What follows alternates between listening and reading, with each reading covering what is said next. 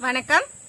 மூக்குப்பிடி விளையாட்டு என்கிற பாரம்பரிய விளையாட்டை பற்றிய வீடியோ பதிவு தான் இது. மூக்கு பொடி தானே நம்ம கேள்விப்பட்டிருப்போம். அது என்னடா மூக்குப்பிடி விளையாட்டு?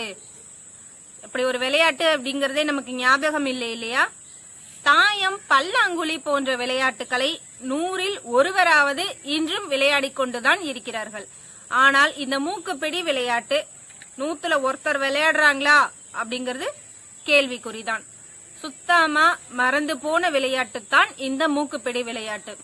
எப்படி விளையாடுவது, அதனுடைய பயன்கள் என்ன போன்ற காட்சி தொகுப்புகளையும் நம்ம பார்த்தரலாம்.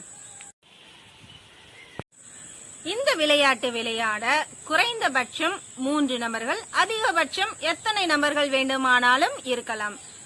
துரத்துபவர் மூக்கை பிடித்துக்கொண்டே பாட்டு பாடிக்கொண்டே, மூக்கை பிடித்துக்கொண்டே பாட்டு பாடிக்கொண்டே, வாரேன் வாரேன் வாரேன் சிங்கப்பையன் வாரேன் வாரேன் வாரேன் பாட்டு பாடிக்கொண்டே துரத்த வேண்டும்.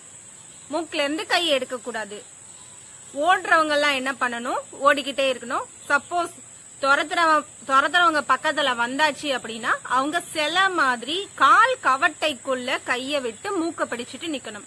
நம்மளுடைய கால் கவட்டைக்குள்ள, வலது கையானால் வலது கால், இடது கையானால் இடது கால், எந்த கை கால் வேணாலும் பிடிச்சுக்கலாம். கால் கவட்டைக்குள் கையை விட்டு உடம்பை வளைத்து மூக்கை பிடித்துக்கொண்டு நேராக பார்க்க வேண்டும். பூமியை பார்க்க கூடாது, நேராக பார்க்க வேண்டும். இதுதான் விளையாட்டில் உள்ள விதிமுறை. விளையாண்டு பார்த்தோம் அப்படின்னா ரொம்பவே பிரமிப்பா இருக்கு.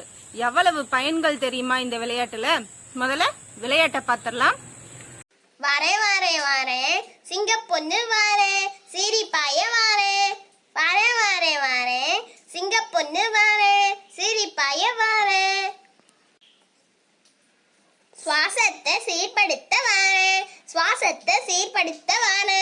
விளையாட்டின் பயன்கள் அப்படின்னு பார்த்தோம்னா, உடற்பயிற்சிக்கு உடற்பயிற்சியும் ஆயாச்சு, பிராணாயாமம் என்கிற மூச்சு பயிற்சியும் பழகிக்கிறாங்க.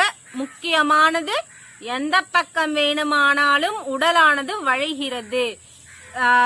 கீழே குனிஞ்சு வளைக்க முடியுது, இடுப்பு வளையுது, காலின் கீழ்ப்பகுதிகள் வளைகின்றன, கழுத்து வளைகிறது, எல்லா பகுதியுமே உடல் உறுப்பானது வளைகிறது.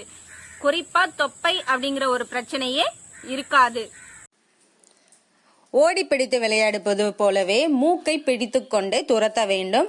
மற்றவர்கள் ஓடிக்கொண்டே இருக்க வேண்டும். அருகில் வந்து அவுட் ஆகாமல் இருப்பதற்கு கால் கவட்டைக்குள் கையை விட்டு மூக்கை பிடித்து அவுட் ஆகாமல் காத்துக்கொள்ள வேண்டும்.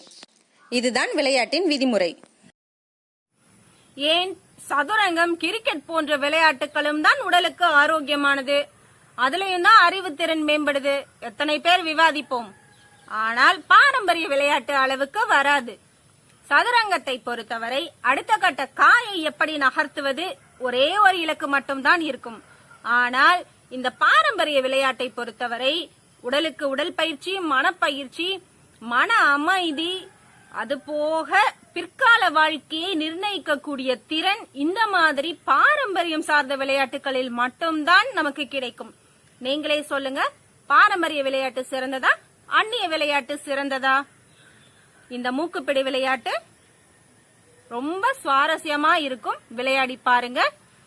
மூக்குப்பிடி விளையாட்டு மூச்சுக்காற்றை சீர்படுத்தும் விளையாட்டு. நன்றி.